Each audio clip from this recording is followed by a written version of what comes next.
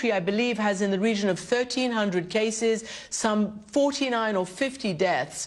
You're under lockdown. You have been for the better part of the week. What is the trend there now? Well, first of all, Christiane, thank you for having me on your show. I think the trend is relatively encouraging compared to other European countries, but we obviously know that the hard work is still ahead of us. What we did, which I think was relatively successful, was to implement strict social distancing measures relatively early. And this seems to have worked.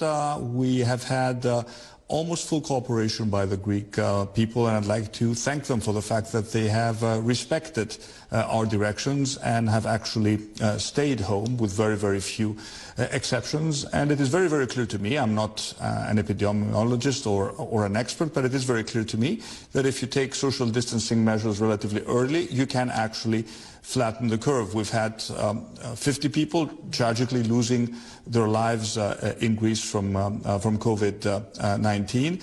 But our healthcare system is coping relatively well, and I should point out that this is a public healthcare system that was battered after 10 years of austerity. So we were painfully aware of the fact that we were at bigger risk compared to other European countries, seeing our healthcare system being overwhelmed. This has not happened up to now, and we hope it's not going to happen.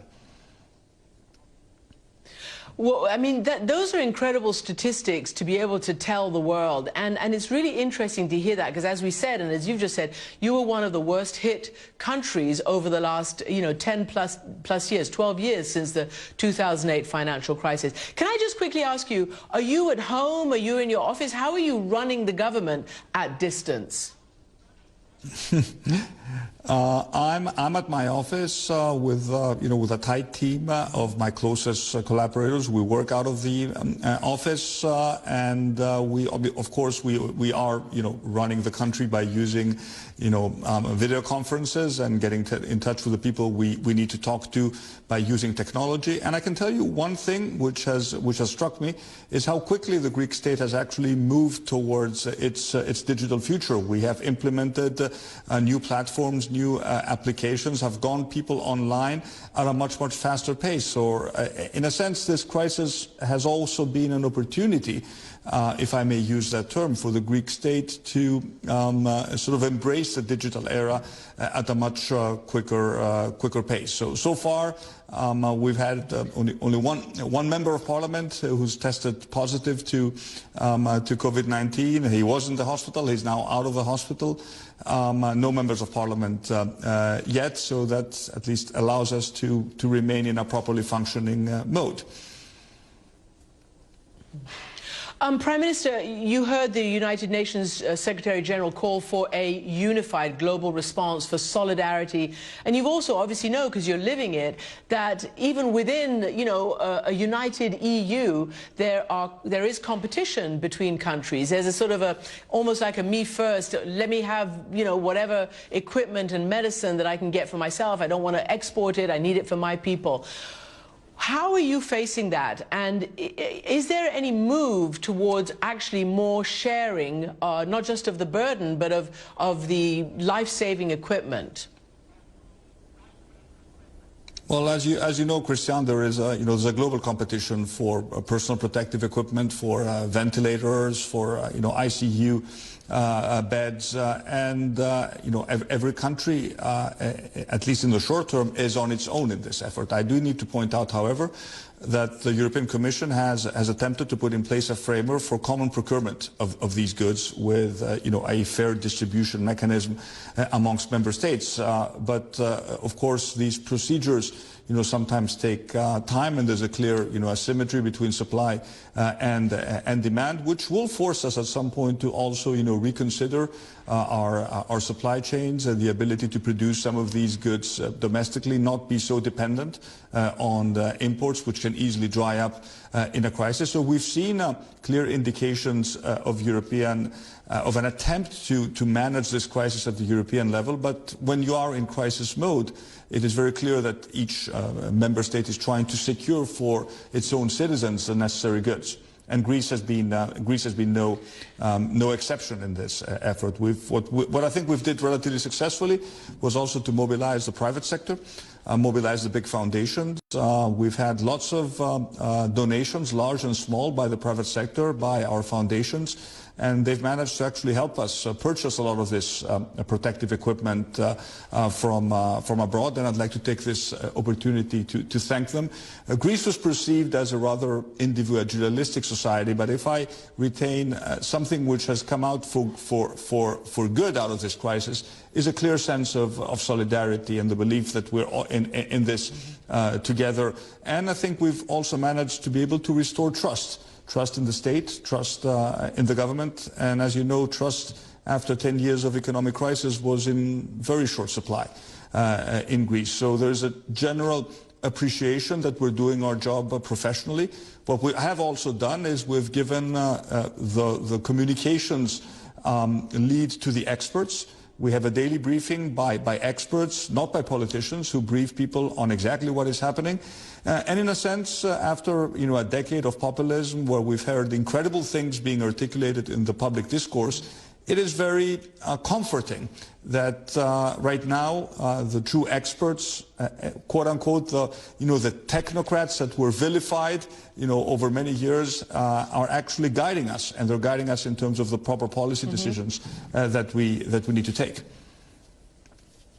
Well, Prime Minister, then I have to ask you, because I led into you talking about some of the other leaders that are simply not taking the expert advice and still in denial about what's going on, notably the president of Brazil, who's out there busily chatting with people, shaking hands. There's no social distancing, no nothing, and he's telling people to take it on the chin like a man, man up.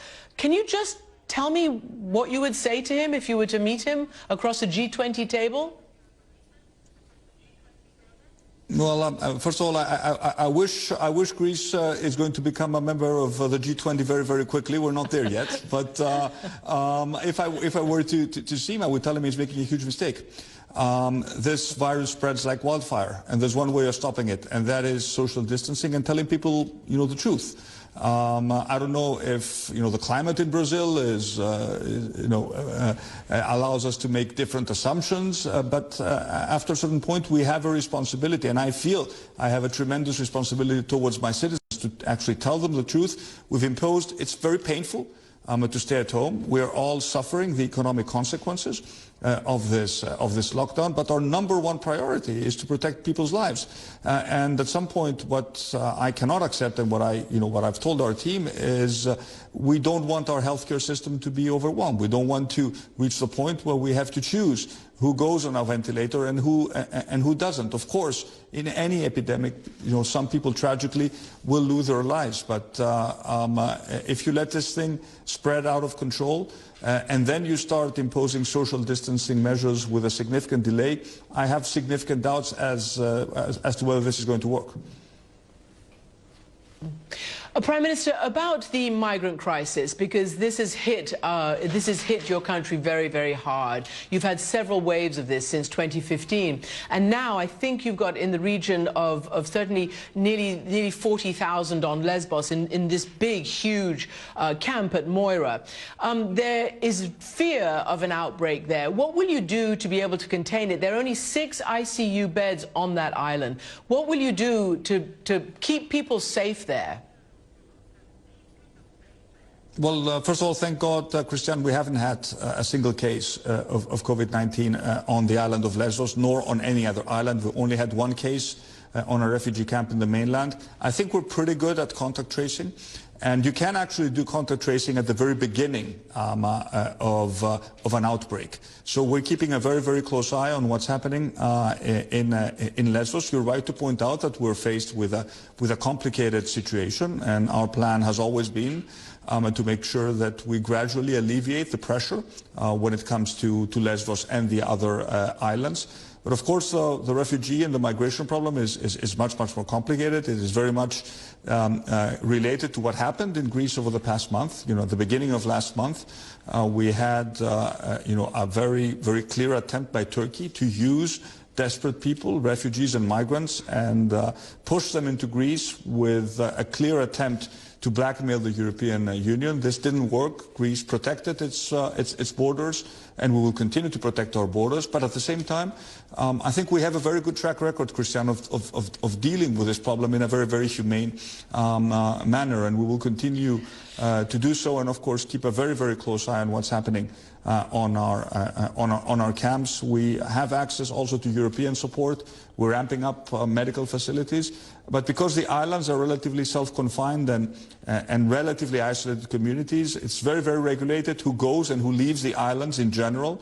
So we certainly want to protect these areas of Greece where we have not had a single outbreak of the virus yet, and thank God the islands so far are in that category. Well, Prime Minister, you know perfectly well that there's been criticism of the Greek government's treatment of some of these migrants and refugees on these islands and in Greece. Basically, Human Rights Watch saying that your authorities are arbitrarily detaining about 2,000 migrants and asylum seekers. And beyond that, the conditions in some of these camps are, quote, appalling and unsanitary. There just aren't enough toilets, there aren't enough water, facilities for people to even wash their hands or even to maintain social distancing. So first and foremost, what about these arbitrary detentions of about 2,000 migrants? Because it certainly goes against World Health Organization and international regulations in these situations. Well, we were very clear, Christiane. We suspended asylum applications for 1 month in the beginning of March. This suspension expired today, so we made it very clear that it was a temporary measure to deal with an extraordinary and premeditated event. I just want to remind you and your viewers exactly what happened in the beginning of March, when the Turkish government consciously and very systematically encouraged, not just encouraged, but gave people the means to actually try to cross massively, illegally into Greece. And it is my duty, and I made that very, very clear, to protect my borders. And this is exactly what I did. Greece or the European Union are not going to be blackmailed by Turkey when it comes to this issue. So we made it very clear that this was a temporary measure. It has expired today, so I expect a full return to normality when it comes to asylum applications. We have changed our asylum regulation. We want to streamline the asylum application and make it much quicker. And the people who are granted asylum have a full right, if they choose to do so, to remain in Greece, and we will welcome them. The people who are not offered international protection should be returned to Turkey or their countries of origin. As you know very well, there is an agreement with Turkey, between the European Union and Turkey, a statement that was put in place in 2016. This statement was violated by Turkey a month ago. We seem to be returning to a normality when it comes to flows across the Aegean. And I would hope that we return to this statement, because it does serve as a basis of common understanding in addressing this problem. Now, regarding the conditions, you mentioned, yes, the conditions are far from being ideal, but I should also point out that Greece is dealing with this problem basically on its own. We happen to be a border state in the European Union. We haven't gotten as much support from the European Union as we want. The environment today for any sort of relocations, unfortunately, in Europe is not conducive. So we're also bearing a very big weight when it comes to managing this problem. We'll try to do it in the best possible way, in the most humane possible way. And I do expect that if the flows across the Aegean are actually reduced, as seems to be the case, that gradually the situation on the islands, and in particular in Moria, is going to get normalized. All right, Prime Minister Mitsotakis, thank you so much indeed for joining us from Athens tonight. We wish you and your people luck with this terrible illness. Thank you very much for joining us.